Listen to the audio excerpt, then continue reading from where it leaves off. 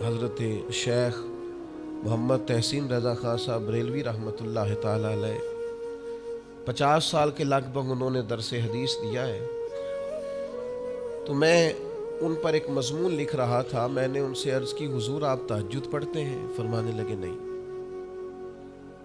میں عشاء جماعت سے پڑھتا ہوں، اس کو بھی سالوں بیت گئے، اور میں فجر جماعت سے پڑھتا ہوں، یہ بھی میری زندگی کا معمول ہے، لیکن میں سحری کے وقت اس لیے نہیں اٹھ پاتا کہ مجھے صبح 8 بجے بیٹھ کر بچوں کو درس حدیث پڑھانا ہوتا ہے، عشاء کے بعد مجھے مطالعہ کرنا ہوتا ہے، تو میں سمجھتا ہوں یہ بھی میرے لیے نفل عبادت ہے، لہٰذا میں رات کو بھی کتاب و سنت دیکھتا ہوں اور سارا دن بھی کتاب و سنت پڑھاتا ہوں، امید ہے میرا رب مجھے تہجد کا اجر بھی عطا کرے گا۔ عزیز دوست، آپ یاد رکھیے گا، اس کو سمجھیے گا کہ ہمارے ہاں بعض لوگ بعض چیزوں کو زیادہ دشواری بنا لیتے ہیں۔ فلاں آدمی کو میں نے کبھی نفل پڑھتے نہیں دیکھا، یہ طریقت نہیں کہ آپ نے اسے نفل پڑھتے نہیں دیکھا تو وہ صوفی نہیں۔ آپ یہ بتائیے کبھی فرض چھوڑتے تو نہیں دیکھا، کبھی اسے ضروریات دین کو چھوڑتے تو نہیں دیکھا، اور نفل تو ویسے بھی انسان کا رب سے ذاتی معاملہ، ہو سکتا ہے سامنے والا چھپ کے پڑھتا ہو سکتا ہے وہ کسی ایسے لمحے میں پڑھتا ہو جب وہ سمجھے کہ اس وقت مجھے تنہائی میسر ہے۔ تو حضور نے فرمایا تمہارے نفس کا بھی تم پر حق ہے، جن جن چیزوں کو اللہ رسول نے جائز قرار دیا ہے وہ کوئی شخص بھی استعمال کرتا ہے تو اس کو کوئی شخص ناجائز کر سکتا نہیں، کسی کو بھی اس کا اختیار اور حق حاصل نہیں ہے۔ بلکہ صحیح بخاری کے اندر سیدہ عائشہ صدیقہ رضی اللہ تعالی عنہ کی ایک روایت موجود ہے، آپ فرماتے ہیں نبی پاک صلی اللہ تعالی علیہ وسلم نے کوئی کام کیا، بعد میں رخصت دے دی، اجازت دے دی، فرمایا چاہے کرو چاہے نہ کرو، نہ کرنے کی اجازت دے دی، پہلے سرکار نے کیا۔ تو بعض لوگ ایسے تھے جنہوں نے اس رخصت سے فائدہ نہیں اٹھایا، وہ کام کرتے رہے، حضور نے اجازت دی تھی لیکن انہوں نے اس اجازت سے فائدہ نہ اٹھایا۔ تو نبی کریم علیہ السلام کو جب اس بات کا علم ہوا تو محبوب نے اللہ کی حمد کی، اور حضور فرمانے لگے یہ بعض لوگوں کو کیا ہو گیا ہے کہ وہ ان کاموں سے بچتے ہیں جو میں کرتا ہوں، یعنی جس رخصت اور گنجائش پر میں عمل کر رہا ہوں اللہ کا محبوب ہو کے، وہ اس چیز کو چھوڑ رہے ہیں، اس سے احتراز برت رہے ہیں، حالانکہ میں اجازت دے رہا ہوں۔ اور پھر اللہ کے حبیب علیہ السلام نے کیا خوبصورت انداز میں اس سارے مفہوم کو اتنا سمیٹا کہ اس کو ہمیشہ کے لیے بند کر دیا۔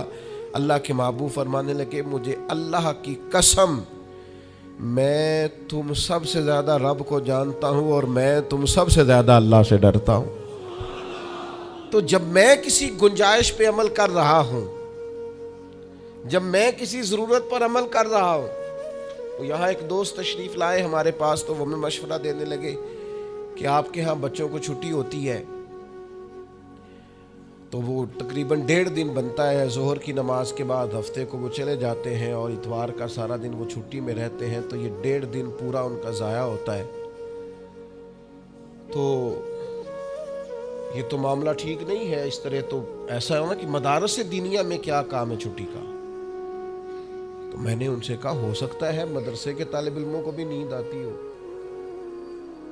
ہو سکتا ہے ان کا بھی کبھی کسی گراؤنڈ میں جا کے کھیلنے کو جی چاہتا ہو سکتا ہے یہ بھی اسی طرح کے لوگ ہوں جس طرح کے عام بچے ہوتے ہیں، ہو سکتا ہے وہ ساری خواہشات ان کے اندر بھی پائی جاتی ہوں جو باقی لوگوں کے اندر پائی جاتی ہیں۔ آپ وہ پابندیاں کیوں لگاتے ہیں جو پابندی اللہ رسول نے نہیں لگائی؟ جس چیز کو شریعت نے بین نہیں کیا، ہم کون ہوتے ہیں اس کو بین کرنے والے؟ سمجھیں؟ ہاں ایک بات ضرور ہے، ہم اپنے وجود کے مالک نہیں ہیں، اس کا مالک اللہ ہے، وہ خالق ہے، ہم مخلوق ہیں، وہ معبود ہے، ہم اس کے عابد ہیں، وہ ہمارا مالک ہے۔ ہمیں اپنے نفس کو، اپنے وجود کو اس کی فرما برداری میں رکھنا۔ نفس کے حق کا یہ مطلب نہیں ہے کہ خواہش نفس میں اگر کوئی ناجائز چیز پیدا ہوتی ہے تو اس کی تکمیل کے لیے بھی ہم دوڑ پڑیں گے، اس کی شریعت کے اندر اجازت نہیں ہے۔ اجازت اس بات کی ہے کہ جن چیزوں کو شریعت نے جائز قرار دیا ہے، آپ اگر ان کا حصول چاہتے ہیں، آسانی چاہتے ہیں، تو آپ ضرور ان کو اختیار کریں، کوئی منع والی بات نہیں ہے. میں نے کہا بعض لوگ نا بعض چیزوں پر شدت کرتے ہیں. یعنی نبی کریم علیہ السلام کے صاحبزادہ گرامی حضرت ابراہیم علیہ السلام کا وصال ہو گیا تو نبی کریم کی آنکھوں میں آنسو آ گئے. تو ایک شخص نے حضور سے کہا یا رسول اللہ آپ بھی روتے؟ آپ تو صبر کا درس دیتے. تو نبی کریم نے فرمایا یہ جو آنسو نکل آئے ہیں نا یہ بیٹے کی محبت کی علامت ہے. باقی فرمایا میرے دل اور زبان پر وہی ہے جس سے میرا رب راضی ہوتا ہے. میں اللہ سے کوئی شکوہ نہیں کر رہا, اس کی تقدیر پر راضی ہوں. لیکن یہ کہ جو انسان پر اللہ تعالیٰ نے کچھ فطری محبت رکھی آپ اس کو بھی قبول نہیں کرتے بعض لوگ. تو کچھ لوگ بعض لوگوں پر زیادہ شدت کرتے ہیں, بعض لوگ بعض چیزوں کے معاملے میں زیادہ شدت کا. حضرت عمر کو نبی پاک نے کچھ نذرانہ دینا چاہا, ہدیہ دینا چاہا. ایک ہے آپ کسی سے مانگتے ہیں, ایک ہے کوئی آپ کو دیتا ہے. ان دونوں باتوں میں وہ جو تحفہ لینا دینا ہے اسے تو حضور نے فرمایا محبت بڑھتی ہے. تو حضرت یہ صحیح بخاری میں موجود ہے, نبی کریم نے کچھ دیا تو حضرت عمر عرض کرنے لگے نہیں یا رسول اللہ ضرورت نہیں. تو محبوب نے فرمایا جو بن مانگے ملے وہ تو اللہ کی طرف سے ہے. وہ ایک صاحب مجھے کہنے لگے فلاں صاحب کہتے ہیں ہم چندہ نہیں مانگتے. تو میں نے کہا وہ زیادہ نیک ہونا چاہتے ہیں, کوئی حرج والی بات نہیں. وہ چندہ نہیں مانگتے, وہ زیادہ پرہیزگار ہونا چاہتے ہیں, زیادہ آگے بڑھنا چاہتے ہیں. ورنہ نبی پاک نے تو اعلان کیا ہے کہ تبوک پہ جانا ہے, مجاہدوں کو چندے کی ضرورت ہے. اعلان کیا کہ نہیں کیا رسول پاک نے؟ تو آپ اس کو علماء کی توہین کا پہلو بنائیں گے؟ رسول اللہ صلی اللہ علیہ وسلم نے اعلان نہیں فرمایا؟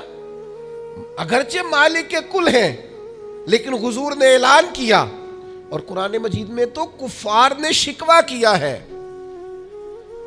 کہ رب ہم سے مانگتا ہے معاذ اللہ. اس کا معنی یہ ہے کہ اللہ فقیر ہے ہم غنی ہیں.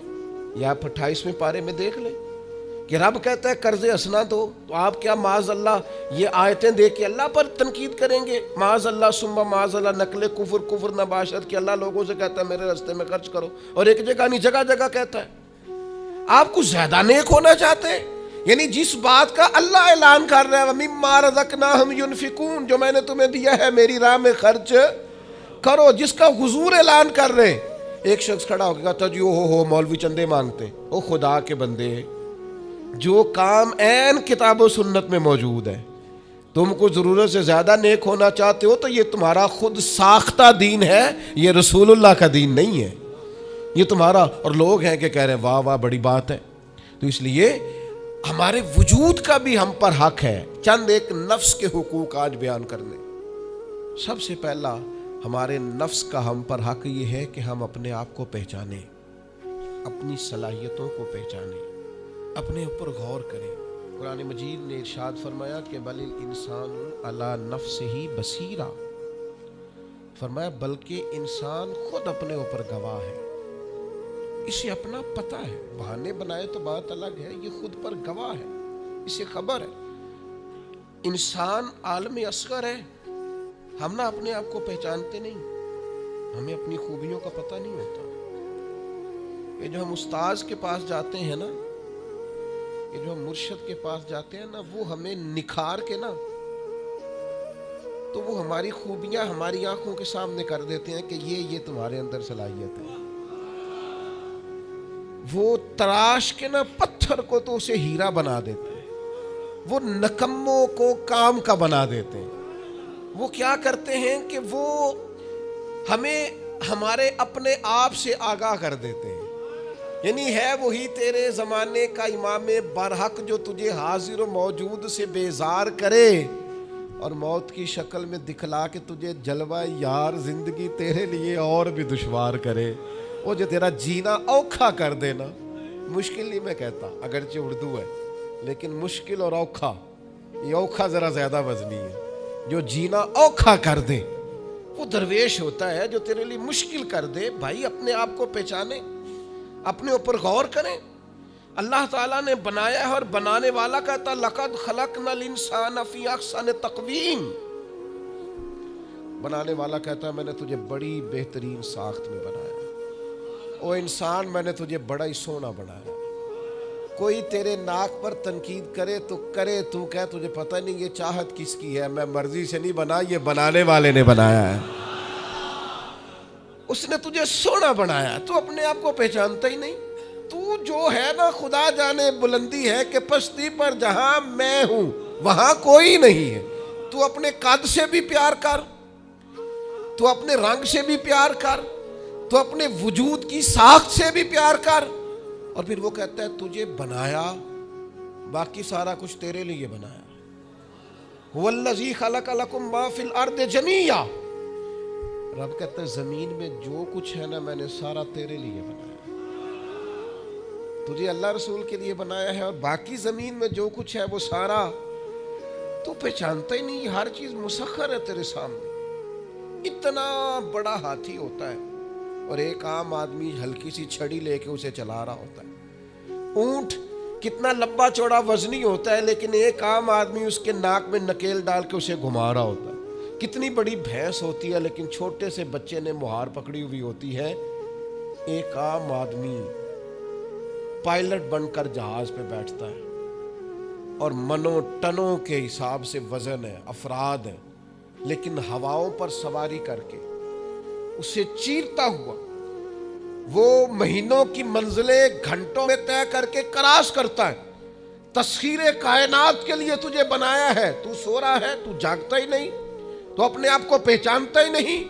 اقبال سے کسی نے کہا میں رب تک جانا چاہتا ہوں، تو اقبال کہنے لگے عجب نہیں کہ خدا تک تیری رسائی ہو، پر تیری نظر سے تو پوشیدہ ہے آدمی کا مقام، تو بندے کے مقام کوئی نہیں سمجھ سکا ابھی تک۔ من عرف نفسہ فقد عرف ربا، درویش کہتے ہیں جو اپنے آپ کو پہچان گیا وہی تو اپنے رب کو پہچان گیا۔ اپنی قدر کو پہچانے، اپنی اہمیت کو پہچانے۔ آپ کے اندر بڑی صلاحیتیں پنہا ہیں، چھوٹی چھوٹی باتوں میں پریشان ہو گئے، کام نہیں ملتا، کاروبار نہیں چلتا، اور تیرے پاس بڑا کچھ ہے یار، کام نہیں بھی ملتا۔ تو اگر وقتی طور پر کوئی حالات خراب ہے تو اپنا قد کاٹ تو دیکھ، اپنا حسن تو دیکھ، اپنی سوچ تو دیکھ، تفکرات تو دیکھ۔ تجھے بنانے والے نے کوئی کمی چھوڑی نہیں، اس نے کمال کر دیا ہے، قدرت نے رنگ بھر دی ہے تیرے وجود میں۔ کبھی تو اپنے رب کے شاہکار ہونے کی نظر سے اپنے آپ کو دیکھے، تجھے اپنے آپ سے پیار ہو جائے، تجھے اپنے آپ سے محبت ہو جائے۔ وہ میں کبھی تنقید کیا کرتا تھا کہ یہ جوان شیشوں اور آئینوں کے سامنے بڑی دیر تک کھڑے رہتے ہیں، تو ایک دن ایک سادے سے بزرگ مجھے کہنے لگے یہ جو آئینے کے سامنے کھڑا ہے نا، یہ بھی رب کی تخلیق کوئی دیکھ رہا ہے، یہ کہہ رہا ہے کریم نے کمال نہیں کر دیا مجھے بنانے والا، حد نہیں کر دی، کیا حسن کے جلوے، کیا خوبصورتی اور کیا نورانیت اس نے پیدا کی ہے انسانی، اور پھر یہ جو دیا بن مانگے دیا۔ ایک بات یہ کہ اپنے نفس کو پہچانے، اور دوسری بات یہ ہے کہ عزت نفس کا بھی خیال کریں، اپنے آپ کو رسوا نہ کریں۔ اللہ نے عزت دی ہے تو اپنے آپ کو ذلت کی جگہ پر کھڑا نہ کریں، تہمت والی جگہ پہ اپنے آپ کو کھڑا نہ کریں، کبھی اپنے آپ کو اتنا کمزور نہ کریں۔ جھکنا ہے رب رسول کے سامنے، بلا وجہ دنیا داروں کے، سیٹھوں، نوابوں کے اور وزیروں مشیروں کے سامنے اپنے آپ کو رسوا نہ کریں، کسی کی گاڑی کے پیچھے بھاگ کے اللہ کی دی ہوئی شان کو کمزور نہ کریں، ذلت کی جگہ پہ اپنے آپ کو کھڑا نہ کریں۔ شریعت اسلامیہ نے مومن کا وقار کیا بیان کیا ہے؟ رب کریم نے فرشتوں سے جب مشورہ کیا تھا نا بندہ بنانے کے لیے، انسان کی تخلیق کے لیے، تو وَإِذْ قَالَ رَبُّكَ لِلْمَلَائِكَةِ إِنِّي جَاعِلٌ فِي الْأَرْضِ خلیفہ، اللہ نے فرشتوں سے فرمایا میں زمین پہ اپنا نائب بنانا چاہتا ہوں۔ اوہو، کبھی آپ اس کو سمجھ جائیں نا کہ یہ عزت کا تاج کیا ہے۔ رب کہتا ہے میں نے تجھے زمین پر اپنا خلیفہ بنایا ہے، تو نائب ہے میرا، اور کتنا تو پروقار ہے اور تو کتنا طاقتور ہے انسان، تیرے اندر کتنی صلاحیتیں ہیں۔ سورہ احزاب میں اللہ کریم فرماتے ہیں رب نے اپنی امانت زمین و آسمان پر رکھنی چاہی تو زمین و آسمان نے انکار کر دیا اللہ کی امانت کو اٹھانے سے، وَحَمَلَهَا الْإِنسان، اور انسان نے اس امانت کو اٹھا لیا، کہا مالک میں تیری امانت اٹھاؤں گا۔ میں تیرا نام لے کے گلیوں میں گھوموں گا، میں تیری توحید کے ڈنکے بجاؤں گا۔ حضرت انسان نے کہا میں تیرے نام کے نعرے لگاؤں گا، میں تیری عبادت کروں گا، میں تیرے لیے نکلوں گا، میں تیرے لیے خیرات کروں گا، میں تیرے رستے میں اپنی صلاحیت۔ وَحَمَلَهَا الْإِنسان، انسان نے امانت اٹھائی اور کہا مالک میں نکلوں گا تیرے نام کی سربلندی کے لیے، میں تیرے نام پر جہاد کروں گا۔ اگر جان دینی پڑی تو دعائیں مانگ مانگ کے کہوں گا مالک میں تیرے رستے میں شہید ہونا چاہتا ہوں۔ اللہ کی امانت کو حضرت انسان کیوں اپنے آپ کو رسوائی والی جگہ پہ کھڑا کرے، کیوں کمزور کرے؟ بہت پہلے کہا تھا، فقیر آدمی ہوں، جو باتیں کہتا ہوں کوشش کرتا ہوں سوچ سمجھ کے کہوں۔ بہت پہلے کہا تھا میں نے کہ جو اپنی برادری کو بڑا جانتا ہے اس کی زیادتی نہیں، زیادتی اس کی ہے جو اپنی برادری کو سب سے چھوٹا جانتا ہے۔ تو بڑا نالائق ہے، تو کہتا ہے میں چھوٹی برادری میں پیدا ہوا ہوں، تو مرضی سے پیدا ہوا ہے، یہاں تجھے تیرے رب نے پیدا کیا ہے۔ جو ماں تیرے، میں نے ایک دفعہ کہا کچھ دوستوں سے، کہنے لگے کدھر جا رہے ہیں؟ میں نے کہا اپنے والد صاحب کے مزار پہ۔ کہنے لگے پیر تھے؟ میں نے کہا نہیں۔ عالم تھے؟ میں نے کہا نہیں۔ کسی بہت بڑے ادارے میں کسی صدر نشین کی سیٹ پہ بیٹھتے تھے؟ میں نے کہا نہیں۔ وہ ٹریکٹر پر بیٹھ کر کھیتوں میں ہل چلاتے تھے، شام کو بھینسوں کا دودھ دھوتے تھے، وہ کسان تھے، وہ محنت کرتے تھے، پھر وہ تاجر تھے، تھوڑی سی تجارت کرتے تھے۔ لیکن مجھے اگر کوئی کائنات میں پوچھے گا نا خوش نصیب کتنے ہو، تو میں کہوں گا میں نے اس طرح کا باپ نہیں دیکھا جس طرح کا اپنا باپ دیکھا۔ اس لیے کہ میری شخصیت میں اگر کوئی نکھار ہے تو سب سے زیادہ رنگ میرے ابا جی کے بھرے ہوئے، تو میں کیسے انکار کروں؟ سب سے زیادہ ان کے دیے ہوئے رنگ ہیں شخصیت کے اندر، ماں باپ کے۔ او بھائیوں، ناز کے ساتھ زندگی گزاری جاتی ہے، کبھی اپنے آپ کو رسوائی والی جگہ پہ کھڑا نہ کریں، کبھی اپنے آپ کو کمزور نہ کریں، مضبوط رہیں، طاقتور رہیں۔ اور تیسری بات، ایک تو اپنے نفس کو پہچاننا ہے، دوسرا اپنی عزت کرنی ہے۔ کس کی عزت کرنی ہے؟ اپنی عزت کرنی، تکبر نہیں کرنا، اپنی عزت کرنی ہے۔ عربی کے کسی شاعر نے کہا تھا جو اپنی عزت نہیں نہ کرتا اس کی عزت بھی کوئی نہیں کرتا۔ اب وہ آپ نے ایک عام محاورہ سنا ہوگا، اپنی عزت بندے کے اپنے ہاتھ میں ہوتی ہے۔ اس کا معنی کیا ہے؟ آپ کبھی بھی کوئی ایسا کام نہ کریں جس سے آپ کی ذلت ہو، آپ اپنی عزت کریں، آپ اپنی تکریم کریں، آپ اپنے وقار کو بلند رکھیں، آپ کبھی بھی اپنے لہجے کو، معیار کو کمزور نہ ہونے دیں، آپ فکری توانائی کا ہمیشہ مظاہرہ کریں، طاقتور رہیں، کمزور نہ پڑیں کبھی بھی۔ اور تیسرا یہ ہے کہ اپنے نفس کی تربیت کریں۔ جس طرح انسان اپنے وجود کی نشو و نما کرتا ہے نا، وہ کہتا ہے یہ کھاؤں گا تو طاقت ہوگی، یہ کھاؤں گا تو بیمار ہوں گا، یہ کھاؤں گا تو میں فریش رہوں گا، یہ کھانے سے میری طبیعت میں درد ہوگی۔ اسی طرح وہ اپنی تربیت کرے، اپنی نشو و نما کرے، اپنی روحانی تربیت پر توجہ دے۔ وہ دیکھے یہ کام کرنے سے میری طبیعت گناہ کی طرف مائل ہوتی ہے، اس بری صحبت میں بیٹھنے سے میرے اندر بعض بری چیزیں آتی ہیں، اس کے پاس بیٹھنے سے سوچے میری گدلی میلی کچیلی ہوتی، اور اس شخص کی صحبت جو ہے وہ مجھے تازہ کرتی ہے، اللہ کے قریب کرتی۔ تربیت نفس پر توجہ دیں، اپنی باطنی کیفیات کو ملاحظہ کریں۔ اپنی تربیت سب سے زیادہ انسان خود کر سکتا ہے، بل الانسان علی نفسہ بصیرہ، انسان خود اپنے اوپر گواہ ہے، وہ خود محسوس کرے کہ کہاں کہاں میرے اندر غلطیاں ہیں، کہاں کہاں میرے اندر کمزوریاں ہیں، وہ ان ساری چیزوں پر متوجہ رہے۔ ڈاکٹر نے دوائی دینی ہوتی ہے، اور دوائی دینے کے بعد وہ کہتا ہے یہ نسخہ ہے اور یہ کھانے کی ترتیب ہے اور یہ آپ کی پرہیز ہے۔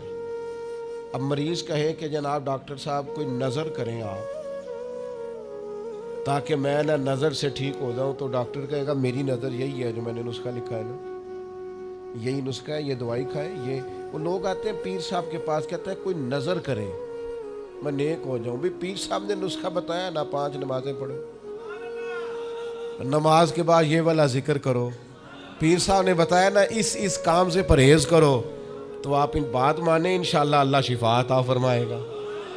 آپ اس نسخے پر، وہ پیر فیض الحسن شاہ صاحب رحمۃ اللہ علیہ آل و معاد شریف والے فرمایا کرتے تھے، مرید کہندے نے سانو نمازاں نہ پڑھاؤ، اللہ اللہ نہ کراؤ، ایویں ہی پہنچاؤ۔ تو تو کہتے ہیں یہ ایوے والا کام ہو سکتا؟ ہاں، جو شریعت کے احکام ہے وہ تو سارے کرنے پڑتے ہیں۔ اور پھر لوگوں کو نا ایسے موقع پہ بابا بلے شاہ جی یاد آ جاتے ہیں، کہتے بلے شاہ نو مرشد ملے ہے تے انہیں ایویں ہی جا بخشایا ہے، وہ نا 300 پہلی زمین ہوندی سی بابے بلے شاہ دی، انہیں ساری دیتی دی اللہ دی راہ وچ۔ ایویں جڑا جے نا وہ اے والا ایویں جے، نیرا شیر نہ پڑھو، پیچھے پلٹ کے دیکھو تو صحیح اس شخص نے کمال کیا کیا کیا ہے۔ مجھے اتنا نظر آ رہا ہے وہ بلے شاہ نو مرشد ملیا جنہیں ایویں جا بخشایا، وہ ایویں ان کی عاجزی ہے، وہ ان کی عاجزی ہے، وہ انکساری ہے۔ وہ کہتے ہیں کہ مجھے بہت زیادہ مشقت نہیں کرنی پڑی، ایک ہی مرشد سے سارا کچھ مل گیا ہے۔ یہ اس بات کا ترجمہ ہے، اس کی تشریح ہے۔ من مانی باتیں، من مانی آپ تربیت اپنی کریں، اپنے اوپر غور کریں۔ اور چوتھا، ہمارے نفس کا ہم پر حق یہ ہے کہ اپنے نفس کا احتساب کریں، اپنے نفس کو اللہ کی رضا کے مطابق ڈھالیں، اس کا محاسبہ کریں۔ جو لوگ حساب کتاب نہیں نہ رکھتے، ہمارا ادارہ ذرا بڑا ہوا ہے تو ہم نے اسپیشل اکاؤنٹ میں پکا بندہ رکھ لیا ہے۔ پہلے ایک دوست کام کرتے تھے رضاکارانہ طور پر، شام کو بیٹھتے حساب کتاب کر دیتے، کمیٹیوں میں ایک شخص کیشیئر ہوتا ہے۔ پھر اب ادارہ بڑا ہو گیا، نظم بڑا ہو گیا، کام بڑا ہو گیا، اب وہ ایک آدمی شام کو اگر بیٹھے گا تو کرے گا نہیں، تو مستقل ایک صاحب ہیں جو ڈیوٹی کرتے، نظام کو دیکھتے، کیونکہ اگر حساب کتاب نہ رہے تو چیزیں ٹھیک چل سکتی۔ سب سے زیادہ وہ تاجر ناکام ہوتا ہے جو کمائی کرے اور خرچ کا حساب ہی نہ رکھے، جس کو پتہ ہی نہ ہو آمدن خرچ میں بیلنس کیا ہے۔ اس لیے حضرت عمر رضی اللہ تعالیٰ عنہ ارشاد فرماتے ہیں، اپنا حساب کرو اس سے پہلے کہ قیامت میں تمہارا حساب کیا جائے۔ اپنے نفس کا محاسبہ ضرور۔ ہم نہ ساری زندگی دوسروں کا حساب کرتے رہتے ہیں، فلاں کہاں سے کماتا ہے، کہاں کھاتا ہے، کہاں پہنچ گیا، کون سی سیاست کی، کس کے پاس اٹھتا بیٹھتا ہے، کہاں سے آتا جاتا ہے، چلاک بڑا ہے، فلاں سے مل گیا۔ اور ساری زندگی دوسروں کا خیال رکھتے گزر گئی، اس سے زیادہ بھی کبھی اپنا رکھا ہوتا نا تو بات کہاں سے کہاں پہنچ جاتی۔ محاسبہ نفس کرنا، اور کتنا کرنا ہے، اس نفس کو قابل بنانا ہے۔ حضرت سیدنا عبداللہ ابن سلام رضی اللہ تعالیٰ عنہ لکڑیوں کا گٹھا، پرانے زمانے کے اندر ایندھن لانا، لکڑیاں اکٹھی کر کے لانا، یہ بھی روزمرہ کی ڈیوٹیوں میں سے ایک ڈیوٹی ہوتی تھی۔ وہ ڈیوٹی آج کل ہم ماہانہ گیس کا بل دے کے پوری کرتے ہیں، یا اب بھی اس کی ایک صورت ہمارے پاس ہے کہ بہت سارے لوگوں نے سلنڈر اٹھائے ہوتے ہیں، گیس بھروانے جا رہے ہیں۔ تو اس سے کچھ عرصہ پہلے یا آج بھی دیہی ماحول کے اندر بعض لوگ شام کو لکڑیاں اکٹھی کر کے لاتے تھے کہ وہ آئیں گی تو کھانا پکے گا ایندھن کے لیے۔ حضرت عبداللہ ابن سلام رضی اللہ تعالیٰ عنہ لکڑیاں اپنی پشت پہ رکھے ہوئے ہیں، گھر کی طرف آ رہے ہیں۔ تو ایک شخص نے آپ سے کہا کہ جناب حد ہو گئی، گھر میں بیٹے بھی موجود ہیں، غلام بھی موجود ہیں، اور آپ یہ کام خود کر رہے ہیں۔ تو حضرت عبداللہ ابن سلام فرمانے لگے، بیٹے بھی موجود ہیں اور غلام بھی موجود ہیں، اور ایک بات اور بھی شامل کر رہا ہوں، اللہ کے فضل سے میرے بچے اور میرے خادم میرے فرما بردار بھی ہیں، بات بھی مانتے ہیں۔ لیکن فرمانے لگے میرا نفس نہ تھوڑا بڑا ہو گیا تھا، یہ مجھے کہہ رہا تھا تو بہت بڑا آدمی ہو گیا ہے، تو بہت بڑا شخص ہو گیا، تیری بڑی شخصیت ہو گئی ہے۔ فرمایا یہ جو ذرا لکڑیوں کا گٹھا پشت پہ رکھا ہے نا، یہ رکھا پشت پہ ہے، لیکن ذرا حساب اپنے نفس کا کر رہا ہوں، محاسبہ نفس کر رہا ہوں، اسے سمجھا رہا ہوں کہ اتنا بڑا ہونے کی ضرورت۔ ہمارے بزرگ فرمایا کرتے تھے آخر تک اپنے استادوں کی بارگاہ میں حاضری دینی ہے۔ میرے اسا فرمایا کرتے آخر تک اپنے مشائخ سے جڑے رہنا ہے، آخر تک اپنے اساتذہ کے پاس آنا جانا۔ کچھ لوگ بے نیاز ہو جاتے ہیں نا، خود عالم ہو گئے اب استاد گئے، خود بڑے ہو گئے اب گئے، کہتے تھے آخر تک جانا، اس لیے کہ بعض لوگوں کے پاس جانے سے انسان کو لگتا ہے کہ نہیں مجھ سے بھی بڑے موجود ہیں، ان کے پاس بیٹھنے سے احساس ہوتا ہے کہ میں اتنا بڑا نہیں ہوں۔ اور بڑا بھی ہمیشہ وہی ہوتا ہے جس کا کوئی بڑا ہوتا ہے، جس کا کوئی بڑا نہیں وہ کیسے بڑا ہوگا۔ تو اللہ تعالیٰ نے بھی ہمیں قرآن مجید کے اندر یہ حکم دیا، یا ایھا الذین آمنوا اتقوا اللہ ولتنظر نفس ما قدمت لغد، اے ایمان والو اللہ سے ڈرو اور ہر جان حساب کرے، محاسبہ کرے، دیکھے کہ اس نے کل کے لیے آگے کیا بھیجا، کل کے لیے اس اپنا حساب کرنا ہے، محاسبہ نفس کرنا ہے۔ یہ نفس کا حق ہے جس طرح کپڑے میلے ہو جاتے ہیں تو آپ پریشان ہوتی ہیں کہ یار یہ میلے ہو گئے بدلنے چاہیے، جوتے ٹوٹ جاتے ہیں تو آپ خیال کرتے ہیں یار مجھے آنا جانا ہوتا ہے یہ مجھے ٹھیک کرنے چاہیے، تو نفس پر میل کچیل چڑھ جاتی ہے، لوگ حساب ہی نہیں کرتے، باطن سارا گدلا ہو جاتا ہے، لوگ حساب ہی نہیں کرتے، اندر سارا کمزور ہو جاتا ہے، حساب ہی نہیں کرتے۔ اس نفس کا حساب کرنا ہے، محاسبہ کرنا ہے، اس کا بھی حق ہے، جس طرح آپ کے جسم کا حق ہے کہ لباس ٹھیک ہو، جوتے ٹھیک ہوں، آپ نے غسل کیا ہوا ہو، اس طرح آپ کے نفس کا بھی حق ہے۔ اس کا حق کیا ہے کہ اسے اتنا ٹھیک کر دے، اتنا محاسبہ کریں، اتنی اس کی عادات بہتر کریں کہ وہ رب کی رضا کے مطابق ڈھل جائے، اللہ رسول کی رضا کے مطابق دھل جائے، نکھر جائے، صاف ہو جائے، اس طرح کا ہو جائے کہ جب دنیا سے جانے لگے تو آواز آئے یا ایتھا النفس المطمئنہ، اے نفس مطمئنہ ارجعی الی ربک راضیۃ مرضیہ، لوٹ اپنے رب کی طرف، تو اپنے رب سے راضی ہے اور تیرا رب تجھ سے راضی ہے۔ اس نفس کو اللہ کی رضا کے مطابق ڈھال دیں۔ حضرت ابراہیم ابن ادم رحمۃ اللہ علیہ ایک دن مریدوں کے بیچ بیٹھے ہوئے تھے، فرمانے لگے دنیا میں جو کچھ ہوتا ہے میری مرضی سے ہوتا ہے۔ تو سارے مرید آپ کی طرح کے عقیدت مند تو نہیں نہ ہوتے چپ کر کے سن لیں، کچھ سوچتے بھی ہیں، ان کا دماغ فوری طور پر تنقید کی طرف بھی مائل ہوتا ہے۔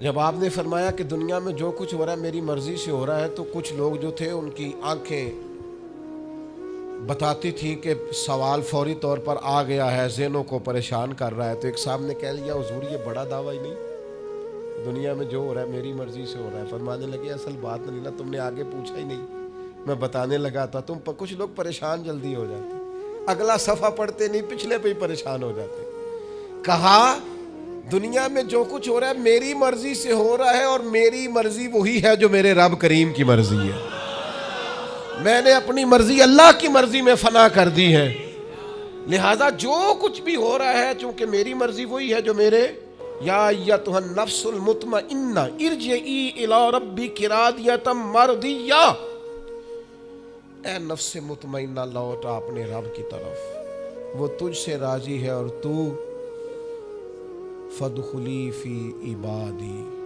آجا میرے خاص بندوں میں داخل ہو، وادخلی جنتی، آنا میں نے تیرے لیے جنت تیار کی ہے، میری جنت میں داخل ہو۔